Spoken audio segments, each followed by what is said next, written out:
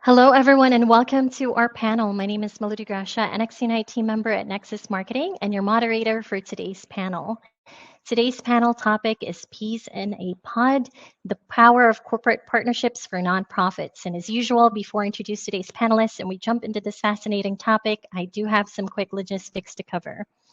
NXUnite by Nexus Marketing serves as a powerful community resource designed to foster connections and facilitate lasting relationships within the mission-driven sector. On NXUnite, you can find upcoming industry events, suggested influencers to follow, trusted solutions, and cost-driven podcasts. NXUnite also hosts webinars, demos, and of course, panels with experts such as these lovely folks with me here today. Today's sponsor is Double the Donation. It is the leading provider of corporate employee matching gift tools. Through the use of their matching gift software, nonprofits, schools, and universities significantly boost their matching gift and volunteer grant revenue. Thank you so much for supporting the NXUnite mission. All right, today's hour-long panel will include time both for questions curated by my team and questions from you all, our fantastic audience. So at any time during the panel, please feel free to submit your questions via the chat, and we'll spend the second half of the panel addressing as many as we possibly can. Finally, before I introduce today's panelists, I want to thank you all for attending this panel. Whether you're attending live or watching the recording, we're very excited to be in touch with you, the mission-driven community. So thank you for taking the time to be with us today to learn from these outstanding experts who I will now finally introduce. I'd like to first introduce Christian Stanley, who is a partner and senior financial advisor at Green Spring Advisors. Christian specializes in developing and managing corporate retirement plans by providing independent advice on fiduciary oversight, investment due diligence, fee benchmarking, plan design, and vendor management. Christian, thanks for joining us. Great. And Malu, you probably have incited some questions from the team that is listening, and I just wanted to share that in addition to my role in serving clients, I also lead our internal committee on community engagement and charitable giving. And each year we set aside a portion of our profits to help organizations that drive workforce development, entrepreneurship, and financial literacy in the communities in which we live. And to date, we've given over $1 million through our grants program, our community giving program, or corporate giving program, as well as our employee match program. And we do have a BHAG, a big, hairy, audacious goal to give $15 million by 2035. That's wonderful. Thanks for sharing, Christian. All right. Also with us is Jennifer Bingham, who is the Vice President of Operations at Memory Fox, a tech startup revolutionizing the way nonprofits collect and share stories of impact with their community. Jennifer spent over 5 years working in the nonprofit sector, where she helped build and launch a tech platform to connect military and veteran families to life-changing resources. Jennifer, thanks for being here. Thank you so much for having me here today. I'm excited to have a conversation on this topic.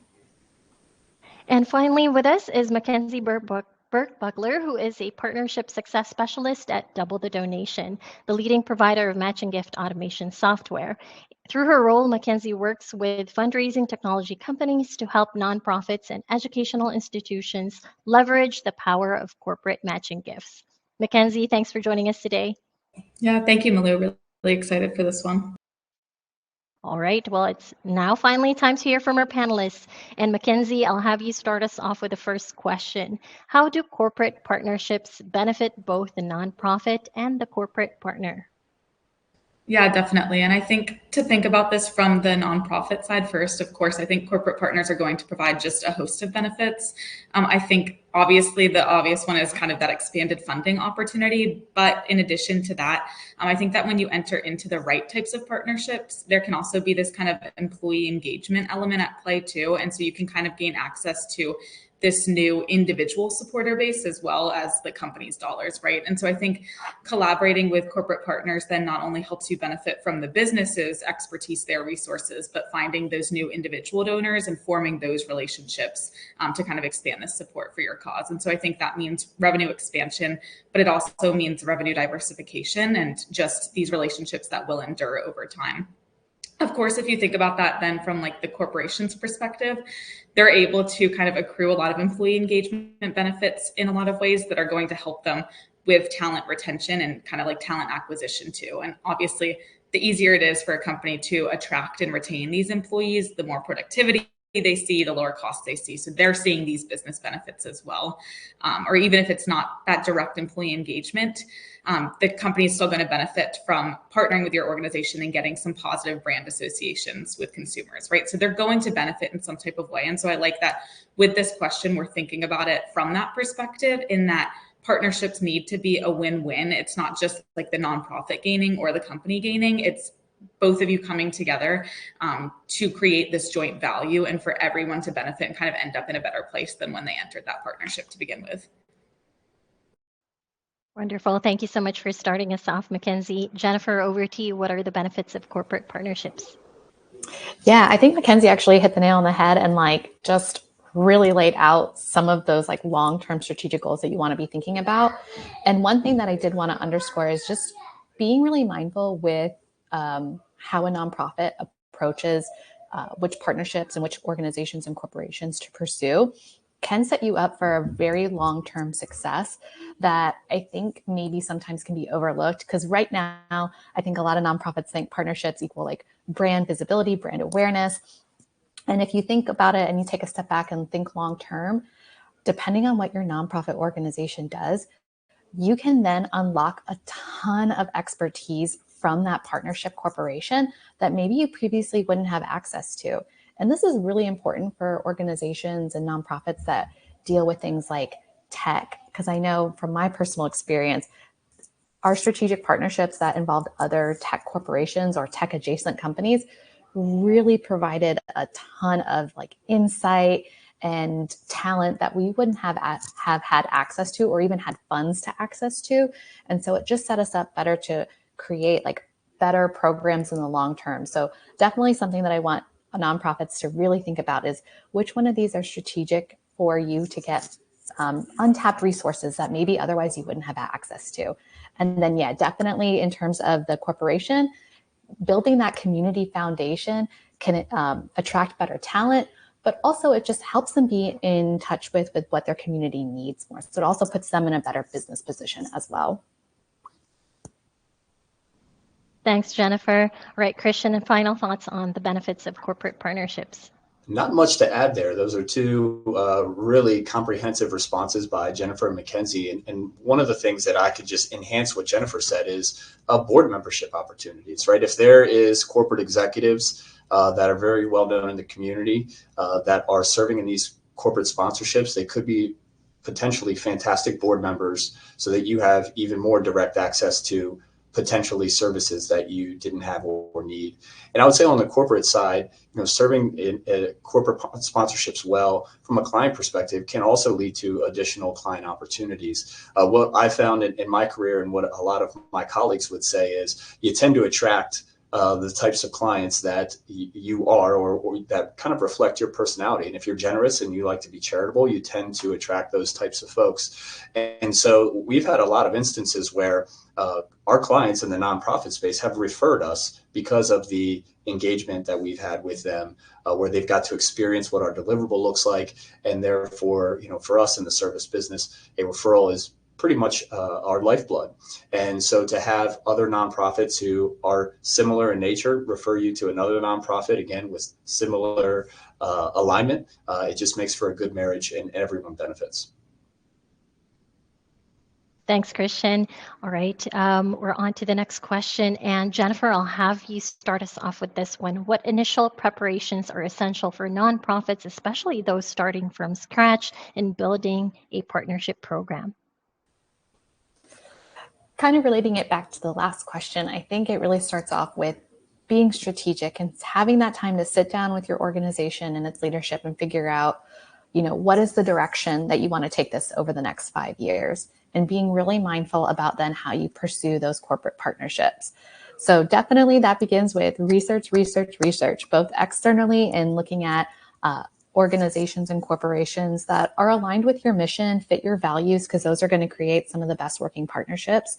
But then also sitting and thinking about, okay, what are our impact numbers? What are our metrics for success that are really going to speak to these organizations and corporations that are going to attract them? And I think really sitting down and taking a hard look at those two things will just help create, a really great pitch deck, will really help create strong connections and networking opportunities, because you'll have both of those items of where you want to take this, but also how you can benefit that corporation right in your pocket. So I think that research is the best step first. Absolutely. Thanks, Jennifer. All right, Christian, how can nonprofits prep or build their partnership programs? I would love to echo Jennifer's sentiments. I look at this kind of from like a sales perspective, if you will, where you kind of have to prospect your corporate partnerships, right? What is the alignment? What are their goals? As an example, as somebody who chairs a charitable giving committee, we actually have organizations that we kind of nail down the route that we want to go. So if you're in workforce development, entrepreneurship, and financial literacy, and kind of expanding those education and expanding the outreach of those topics, that's where we're going to focus our resources. And so we have had organizations reach out to us where we've essentially had to tell them, I'm sorry, these are the three things that we care about. We have it on our website. And if you're not in that vein, I mean, we still want our employees to know about you. So we might host you for a lunch and learn, or potentially bring you in for a coffee talk. Because we do internally have 24 hours a year that our staff can utilize to serve in the community. That is paid time off. And so that's a big thing for us too, just to know who's out there in the community. But when it comes to long-term corporate partnerships, you do have to be barking up the right tree for that relationship to truly last. Thanks, Christian. All right, Mackenzie, what would you like to add here? Yeah, I think we're all pretty much aligned here, because I think it's really just about understanding what problems you're looking to solve through the partnership, and then being able to articulate like your organization's unique value proposition. I think a little bit to Christian's point, probably companies are receiving a lot of nonprofits that might be approaching them asking for these partnerships. So being able to clearly articulate what the business benefit for them, like why they should engage with you specifically, what makes you unique, I think is really important before you start approaching companies, so that you have an idea of how to articulate your value. And then, of course, to Christian's point again, I think that it's important to not only understand your needs, but the company's needs. And so instead of maybe just like trying to pitch this pre-built package to a company, I think trying to understand what their goals are, what their issues are, what they're looking to solve for through this type of relationship. Because once you understand that, you can actually really craft a partnership that's going to help you both achieve your desired goals. And obviously that will not only lead to more like satisfaction from it, but you'll probably be able to retain that relationship longer over time as well. And then, of course, I think, just from there, once you do enter that partnership, I think it's all about making sure that you're prepared to have really proactive and consistent communication too, because I think that's going to help with the retention. I know it's not just about securing the relationship at first. You want to build on that over time. Thanks, Mackenzie. All right, Christian, I'll have you start us off the next question. How could nonprofits go about finding and initiating partnerships with corporations? Sure. I've mentioned the board of directors previously. We're very fortunate to work with quite a few nonprofits, and the most successful in this category really do leverage their board of directors. I mean, not only do they have them in helping them guide and ultimately operate, but also for relationships out in the marketplace. And this could be as simple as payroll, employee benefits. It could be the services that we offer, and a multitude of others out there. But generally speaking, if you're serving on a board, you probably have an expansive network. and can make some really good connections to your organization. And of course, you know the organization relatively intimately, so you know who would be a good fit. So starting at the board of directors generally is a really fantastic place to start. But I realize that not all nonprofits have boards of directors. And so a great place to start to look for these things is in your local business journals. We're in the Baltimore, Maryland area, and we have what's called the Baltimore Business Journal, or the BBJ. And every year they post best companies to work for, fastest growing companies, most philanthropic companies. I'll toot our own horn. We've made that list a couple of times, but that is in print, hard, where good opportunities to start your research.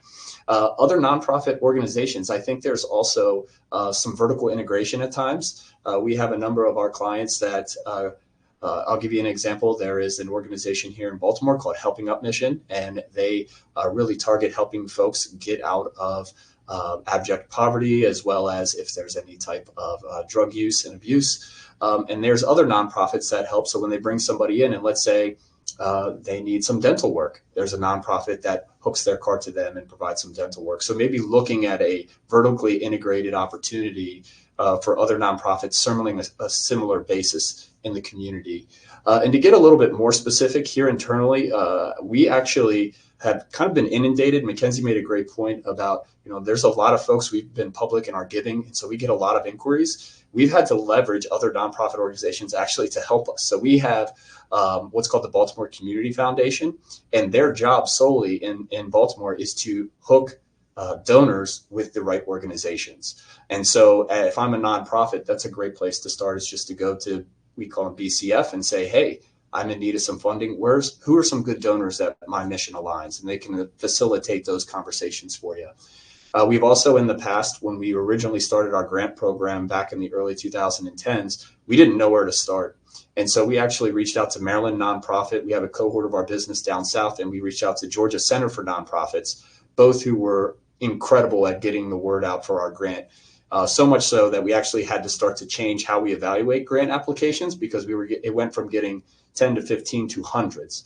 So those types of organizations, they are out there to support nonprofits, to make sure they get their cart hooked to the right organizations. Thanks for sharing, Christian. All right, Mackenzie, any tips in finding and initiating partnerships with corporations? Yeah, definitely. I think that's definitely a challenge that I hear a lot, is nonprofits don't know where to start or where to begin.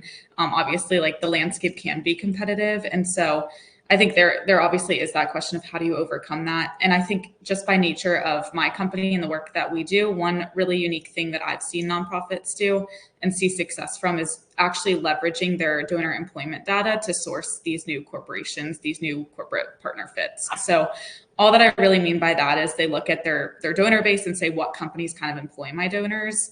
So if you already have that information on hand, you can go ahead and start doing that. If you don't take that proactive approach yet, I think it's really easy to transition into that space and simply start collecting this. And then you can really easily begin using that information. And so once you have that information in hand, I think you just want to kind of scan it and see if you can maybe identify any trends. So if you notice that a lot of your donors work for the same company, maybe 25 of them work for Home Depot, I don't know, for example, maybe you could reach out to them and engage their interest in a partnership. Or if 30 of them work for this company in your local community, you could reach out there. The reason that I say that is just because I know that companies increasingly want to have these employee engagement avenues too. They want to support their employees' interests. And so if you can show really any pre-existing shared interest, I think that can make a pretty compelling argument and can help you break through the noise and stand out a little bit.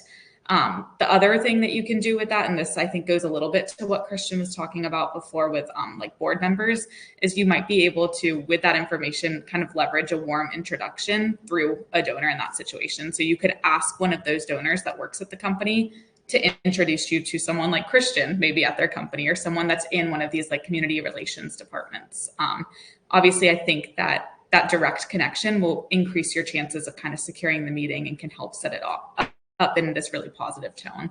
So I think that's kind of just by nature of what I see nonprofits doing. That's kind of my biggest piece of advice. I think that they've seen a lot of success then. And obviously, that there will be some type of mission and value alignment there if you already have a lot of their employees that have shown that interest. So it can be a pretty effective avenue. Thanks, Mackenzie. All right, Jennifer, what would you like to add? Well, first I wanted to start off by saying Christian and Mackenzie, I think, like, really hit the nail on the head.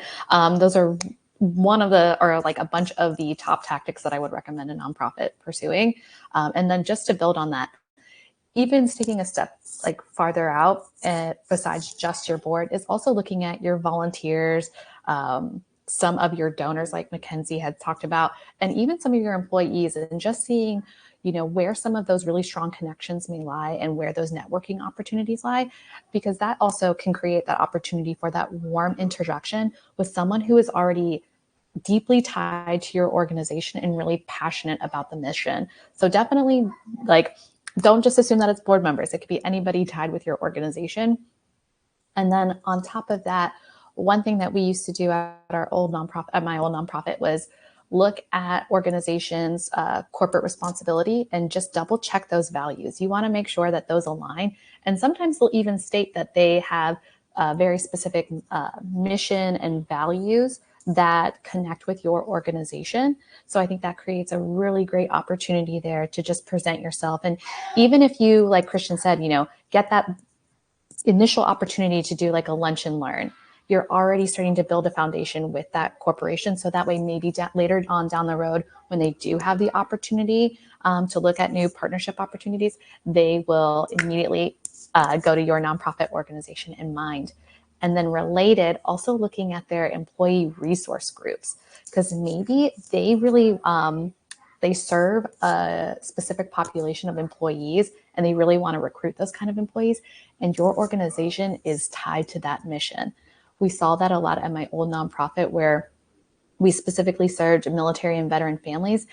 And there are a ton of organizations that have employee resource groups that are tailored to specific needs of veterans and military spouses. So we were uniquely positioned to help those organizations create programs and resources that would attract those kind of employees. So I kind of sound like a broken record, but I think a lot of it goes back to research as well.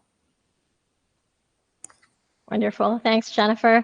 All right. I'm actually going to stick with you for our next question. What strategies ensure a mutually beneficial relationship between nonprofits and corporations? Definitely. I think one of the biggest strategies that I can think of, and Mackenzie pretty much alluded to it a little bit earlier, was once you have created that partnership and you've secured it, is making sure that the communication is consistent. The last thing that either party wants to happen is you secure this amazing partnership and then it just kind of sits on the back burner, because there's no plan to really foster and let that partnership grow. So making sure that you have, a constant communication, scheduled updates between both parties is really helpful with a nonprofit, showing how the partnership is with the corporation is impacting their work and improving their work. And likewise, it lets the organization have the opportunity to speak with that corporate partner about other opportunities that they can get involved. So that, I think, is one of the biggest things that an organization can do. And then similarly, I think just for making sure that it's a strong strategic partnership is just planning for those moments of stewardship. Because by planning for that, again, the corporate partner can feel like, oh, I am truly making an impact with this organization. They are taking the time to send me these updates, or even to send me these notifications and communications that just make it easier for me to go back to my corporation, to my organization, and let them know about the impact that we're making. So I really think that communication is one of the key factors. Thanks, Jennifer. All right, Christian, what strategies would you recommend? You saw a lot of head nodding there. So somebody on the corporate side of things, we've actually entered into partnerships with multiple year giving strategies. And, a year and a half, 2 years in, we're like, is this working? And so you never want to be the organization that, again, has to have that question asked to you. So being proactive, I couldn't affirm your response enough, Jennifer, in that way.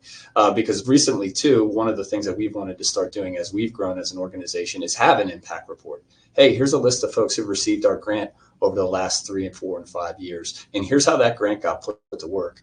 Because internally, it matters to us. We want to have employees who are generous with their time, talent, and treasures. And so when we can articulate that internally as to, hey, here's what we've done collectively, and here's how that's made an impact. And it's just a great, gentle reminder of, hey, this is who we are, all of us as a collective we.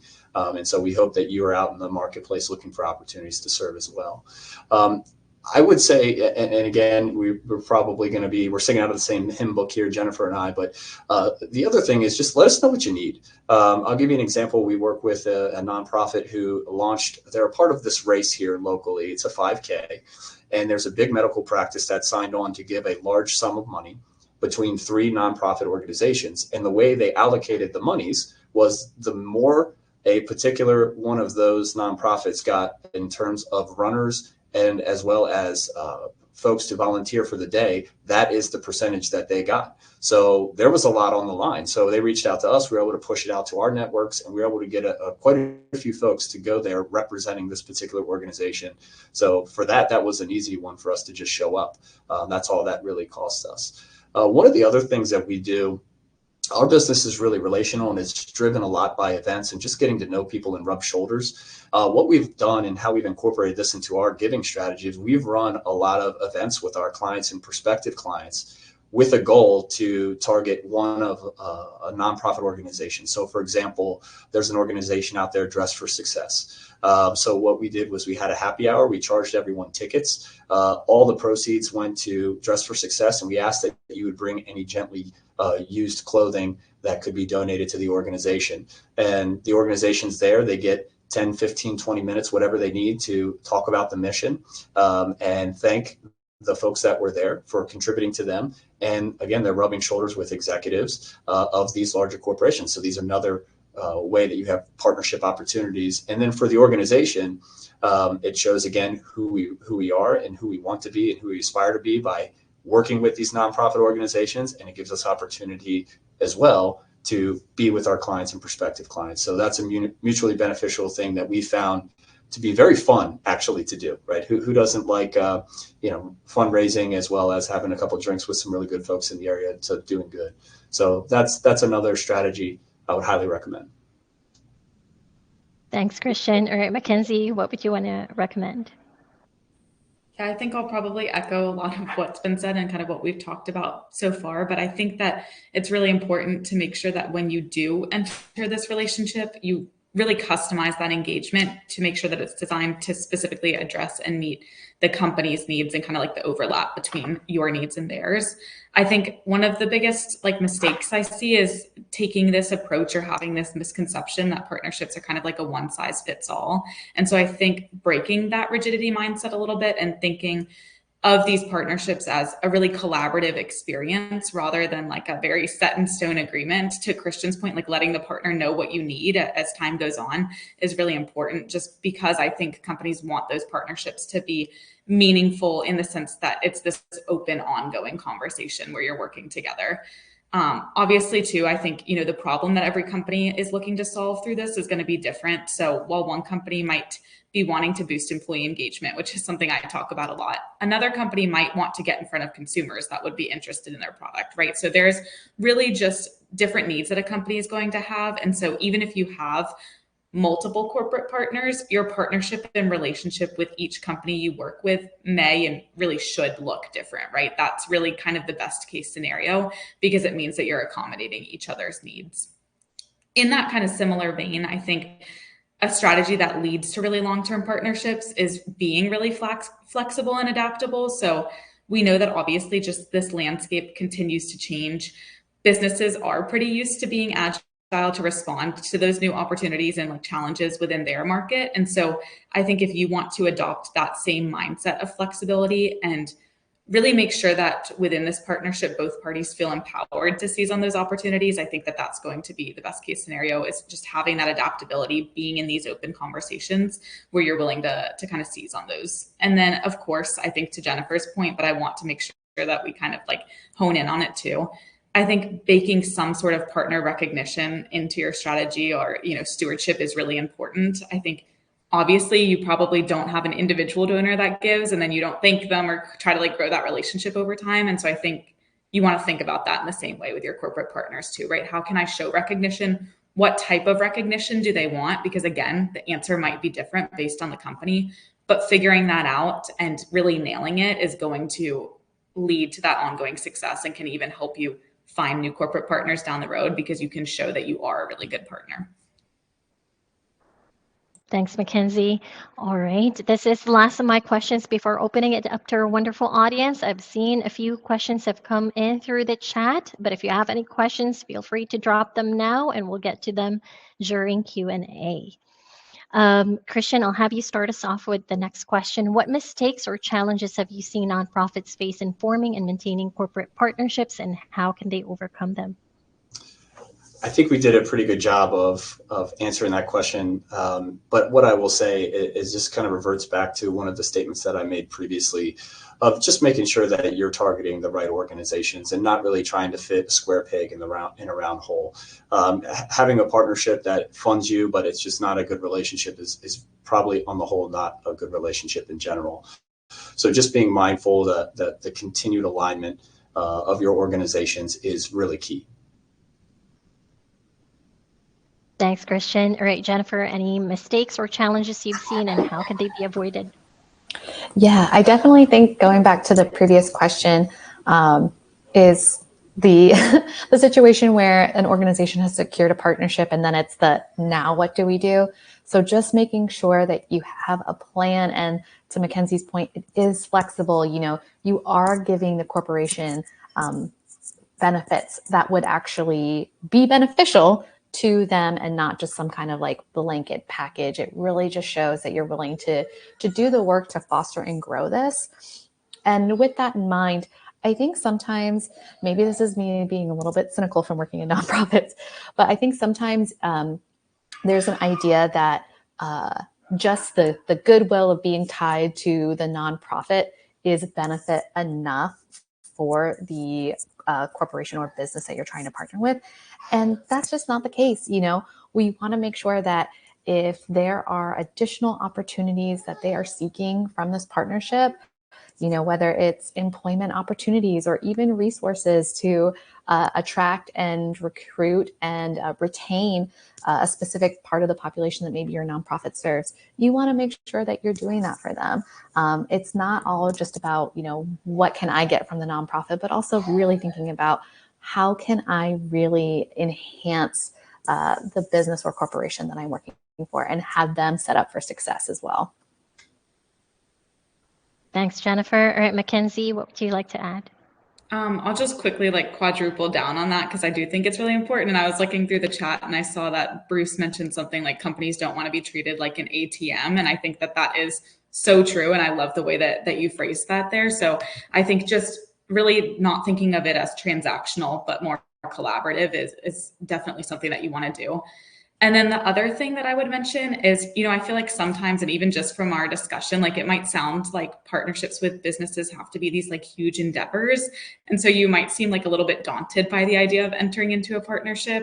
And I just tell you also, like, don't be afraid to start small. And sometimes partnerships can be on the smaller scale and still provide so much benefit to your organization. So even if that means you're partnering with a small local business, which I saw some like comments in the chat about that, you can grow that relationship over time. You can use that initial relationship too to understand what you want from a partner, how you can benefit a partner, and then you can approach someone else down the road for another partnership and you kind of have a better idea now, right? So I think really making sure that you don't get too kind of like confined by this idea that it has to be a huge undertaking, and remembering that you can start small, that you can work with businesses, whether it's even just them giving you an in-kind donation or their employees volunteering for a day or something like that, right? And so I think just breaking that mindset, being open to partnering local, starting small, and then growing that over time is really going to help you see the most success. And great point, Mackenzie. One of the interesting things, I have a friend who runs a nonprofit here locally, and each year he tries to make a point to meet meet multiple times with his donors, and some of his biggest donors say, "Hey, I know you're doing a great job. We don't need to meet." And so, to your point, there might be some folks out there that say, "Hey, us just being connected with you, as was said earlier, is really enough." So being custom, right? Sometimes there might be folks who say, "Hey, I want to see some ROI." We're in the finance industry. That's the way we think, live and breathe. And so we want to say, "Hey, what's this impact look like?" Others might say, "Hey, I just love supporting you and seeing you out in the community." And that's plenty. Thanks, Christian. All right, we're officially opening our Q&A portion, and we'll start with a question here from Arnold. Christian, if you can start us off with this one. Arnold asked, how does matching grants play a role in corporate partnerships for nonprofits? It's a good question. I think this goes back to the point that I made about knowing what you need. And so if you were to get a grant and there's a matching grant out there, just communicating that appropriately. There's some organizations that will let us know, hey, there's been a generous donor who's given, pledged $100,000 if we can match it. So every gift counts as two, but letting them know what you need so that it's properly communicated, and then it gives them the opportunity, one, to determine if they want to be a part of matching the grant and marketing it to their internal clients and their networks alike. Thanks, Christian. Jennifer and Mackenzie? Yeah. I was just going to chime in here on like a slightly different spin to it too, with matching gifts aspect of it. The one thing that I wanted to mention there was, I know that there are obviously like these really big matching gift programs where a company will match a donation made by an employee to any nonprofit. But if you were looking to partner like a little bit more exclusively with a company, you could also ask them to match employee donations exclusively to your nonprofit if they don't have like that big program yet. Or maybe like during an affinity month or something, they match to your organization at a higher level. So I think that there's also opportunities, not just from like a matching grant perspective, but also to bake in some sort of like that employee activated matching gift program too, to partner with this company in a deeper level and gain access to their employees and kind of like those dollars at the same time. Thanks, Mackenzie. Yes. Oh, and just to like elaborate more on that, I think it really goes back to Mackenzie's point of like being as flexible as you can be, because you want to make sure that you are a right fit for that partnership and for that matching grant, but also keeping with an open mind and maybe approaching it like it doesn't have to be some org-wide thing, but maybe just an employee donation match or something to that effect can open up those doors to even, again, think long-term and grow that relationship. It's kind of about baby steps. You're not always going to take it from 0 to 100 right away. And so just having that flexibility to get your foot in the door, I think will create a lot of really great opportunities for nonprofits. Thanks, Jennifer. All right, I'm actually going to stick with you for our next question. We have a question from Susan. We have never charged for corporate work groups, but we would like to try charging a small fee. We are a big cat sanctuary and have about 4 work groups every week at times, and it feels more like we're offering more to the corporation than they are offering us. What are some best practices for determining and justifying the additional fees charged for participation? Additionally, how can we effectively communicate the value proposition to ensure buy-in from all stakeholders? Yeah, so I definitely think that that's a really tricky question. And a lot of times with things like this, one of my go-to pieces of advice is communication. Communicate with that corporate partner exactly what's happening. Kind of like what Christian said, like if you need something asked, really paint that picture for them and go to that organization or go to that business or corporation and say, this is exactly the situation that we're running into. And here's where maybe that additional funding would be beneficial for us. And going to them, having done the research and with those impact numbers, so you can have on paper, especially to, I think, like an organization that Christian works with, he said it's all about like the KPIs, the impact numbers, and showing them how having those working groups, maybe without the funding, is really impacting your organization, right? Because we all know nonprofits are really stretched thin, resources and bandwidth is really tight. And so going with them with that proposal to showing how that would provide a better impact to your organization, I think just starts like showing that you came to that conversation prepared, you're willing to have these tough conversations and be open with that partner, can just set you up for that a great deep relationship building. And it is going to be some give and take, but starting with open communication, I think, is the best way. Wonderful. Thanks, Jennifer. Mackenzie, anything you want to add here? I definitely agree with Jennifer's point, and I really like her suggestion of like kind of showing the difference between like with versus without. I think that whenever you have numbers, and I know that numbers can sometimes be tricky to pull, but the more numbers that you have, or like the best, that's going to be the best way to communicate with partners, because that's kind of like their mindset. They have this business acumen, and so I think if you can pull numbers, that's really effective.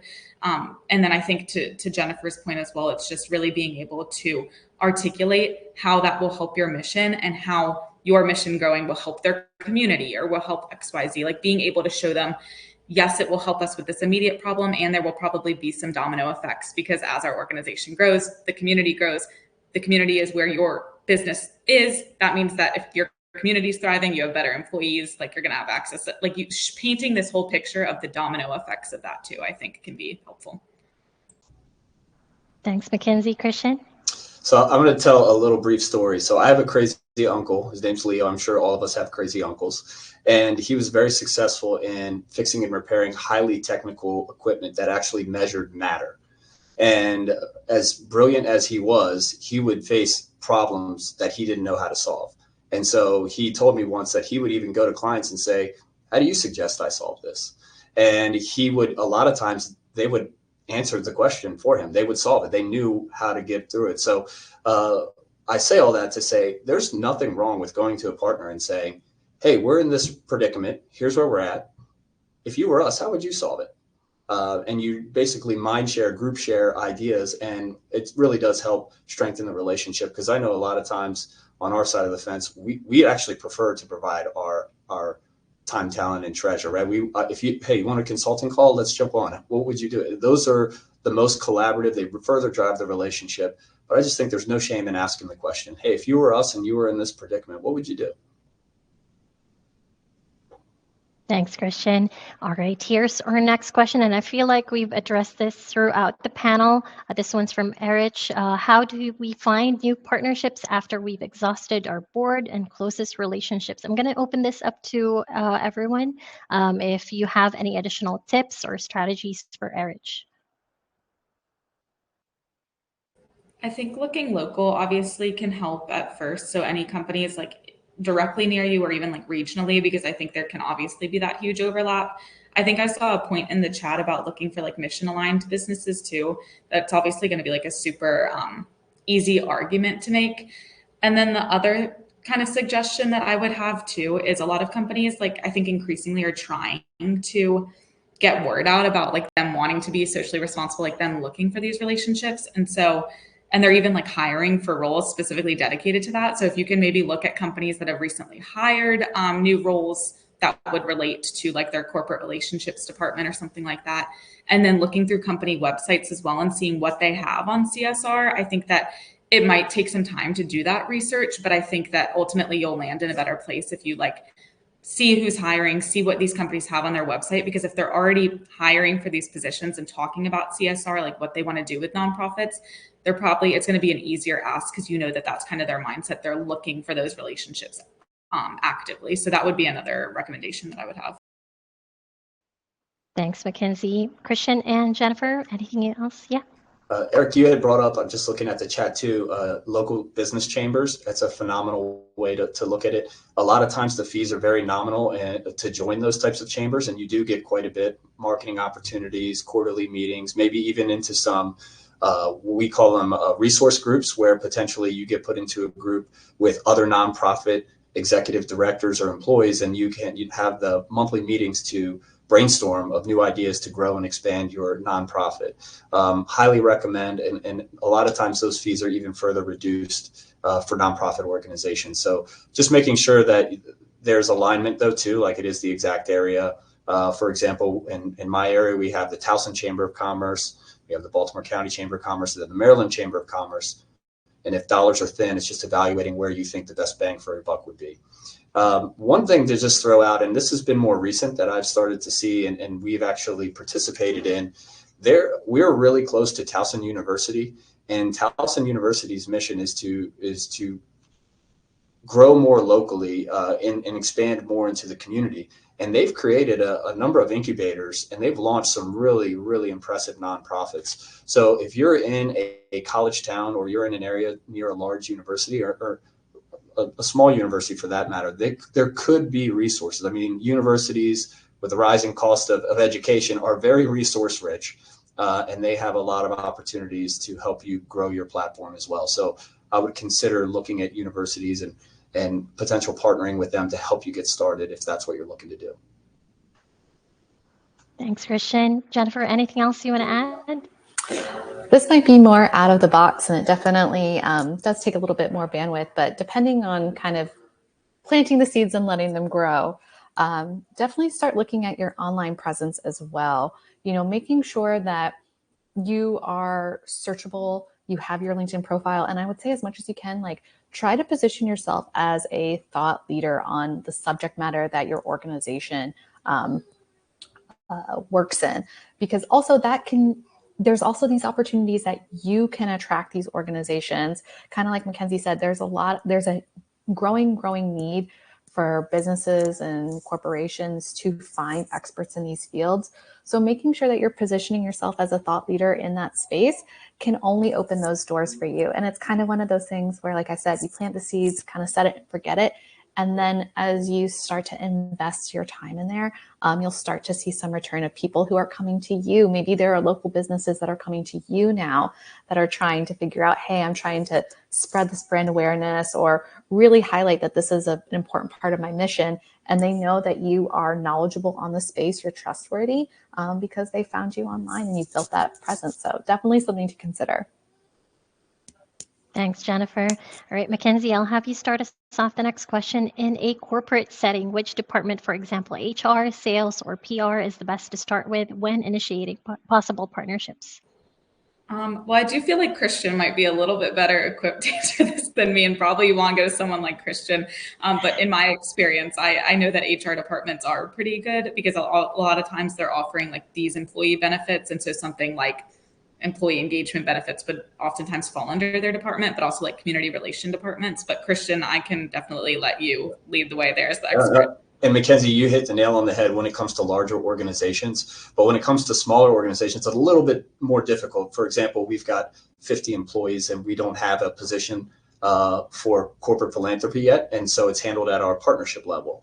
And so generally speaking, I would agree that HR is good, but also too, look at companies, or if you're looking at law firms, CPA firms, or other organizations that are locally well known, look at the ownership group. They're probably going to still be driving a lion's share of the decision making until they grow to a certain level to when they're hiring those individuals, and that's likely your best path in.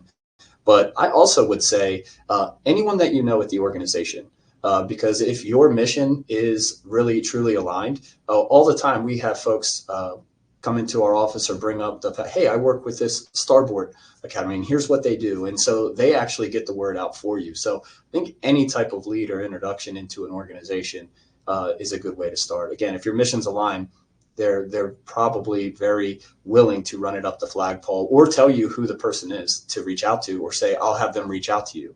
Or the inverse is, you really want to talk to Pat Collins, who's the CEO. He's the one who actually oversees our giving. So you can learn a lot just by being curious and asking, but I wouldn't hesitate. If you have a friend or a distant friend that's a part of an organization, just ask the question. Wonderful. Thanks, Christian. Jennifer, anything else you want to add here? No, I think that was a really, really comprehensive example. Definitely HR. And if not, who do you know? That's the best in. Thanks, Jennifer. All right. Unbelievably, the hour has gone by so quickly. So we're going to wrap up this portion of the panel so we can stick to our schedule. Now, if you have more questions for our panelists, please complete the survey that will be dropped in the chat to indicate which panelists you have questions for, and we'll make sure to connect you with them after the session. I've had such a wonderful time hearing from our panelists today, and I have one last question to wrap up this panel with. And Mackenzie, I'll have you start us off with this one. What future trends do you see in the landscape of corporate partnerships for nonprofits, and how can nonprofits stay ahead today? Yeah, one trend that I think we'll see is that as businesses enter into these partnerships, I think employee interest is definitely going to play a part in that employee engagement piece. The reason that I say that is because as these younger generations enter the workforce, I think they really expect these types of philanthropic programs to be part of the company's kind of positioning their offerings. And obviously, too, as these younger generations increase their purchasing power in the consumer market, they often are attracted to companies that they know do these types of nonprofit initiatives too. So it's kind of like two-sided there. And so I think that kind of creates this pressure where I do think that it is going to be increasingly important. And not only are these partnerships going to be a nice to have for businesses, I think in a lot of ways it's going to be like a need to have. It's going to keep you competitive in that market. And then, of course, I think the last thing that I'll mention, as we've talked about throughout, is that I think partnerships are straying away increasingly from being one-sided, where you're just taking something from the corporate partner, kind of like Jennifer's point. I think they'll continue to really evolve into this ongoing conversation because I think that's what, again, employees and consumers want. I think they want to know that it's not some type of superficial relationship, that it really is a conversation, that you guys are both in and dedicated to making a difference in the community and creating these solutions. And so I think really approaching your partnerships with a collaborative attitude is going to be really important and help you stay ahead as that landscape evolves. Thanks, Mackenzie. Jennifer, any trends you want to highlight and how to stay ahead today? Yeah, definitely. One thing that we're seeing actually at Memory Fox is, a shift more towards storytelling. And so, yes, impact numbers are important. You want to make sure you have that data. But I mean, how many people are picking up a hard copy of an annual report these days? I would say it's getting fewer and fewer every single day. So one thing to consider is partnering those impact statistics with stories from your community. Who are you impacting, or even how that a business or corporation is actually interacting in the benefit that they're receiving from partnering with your organization. Storytelling is so crucial, and it can be photos, it can be video. So really thinking outside of the box, and it's just not about impact numbers anymore. It's also about the stories tied to those impacts. I think will help nonprofits get a step ahead, especially in this digital age, to be have that social media presence. So I think that that's really important. Thanks, Jennifer. All right, Christian, final thoughts on trends and how to stay ahead. First off, I'm going to just say, wow. I couldn't agree more, Jennifer. We're all wired for stories. And Mackenzie, phenomenal response there as well. So I'll just end things with something that I've started to see here is that the world's getting smaller. I started to see here over the last couple of years that more local is the target, right? For example, for us, we have a couple different locations, but we want to target the counties and really even the cities that we live in. So what good work is happening in those cities? There's great national nonprofits out there, nothing against them, but we're seeing our contemporaries and our peers in the marketplace who have similar giving strategies are looking to go much more local. And I think that presents a great opportunity for some of the local nonprofits. Some of the questions that have been asked is that the tides are changing a little bit. And I think it's great to help get these grassroots efforts really funded and really driving change in the streets that we walk each and every day. What a great way to end the session. Thanks, Christian. All right. And with that, we have reached the end of our panel. I want to give a big thank you to our panelists for sharing their insights today. And I also want to give a big thank you to our audience. Thank you so much for your time. And I hope you enjoyed yourself and learned something that will benefit the work that you do on a daily basis. We have a packed few months of panels ahead of us, and I hope that you will join us for them. Keep an eye out on the NXUnite community platform or in the NXUnite LinkedIn page to make sure that you don't miss out on any of these. Finally, I'd like to thank our sponsor for today's panel, Double the Donation. Thank you for your support on this free educational content. All right, that is it for me. It has been a pleasure speaking with you all. Thank you once again, and have a nice rest of the day, everyone. Thank you. Thank you, panelists.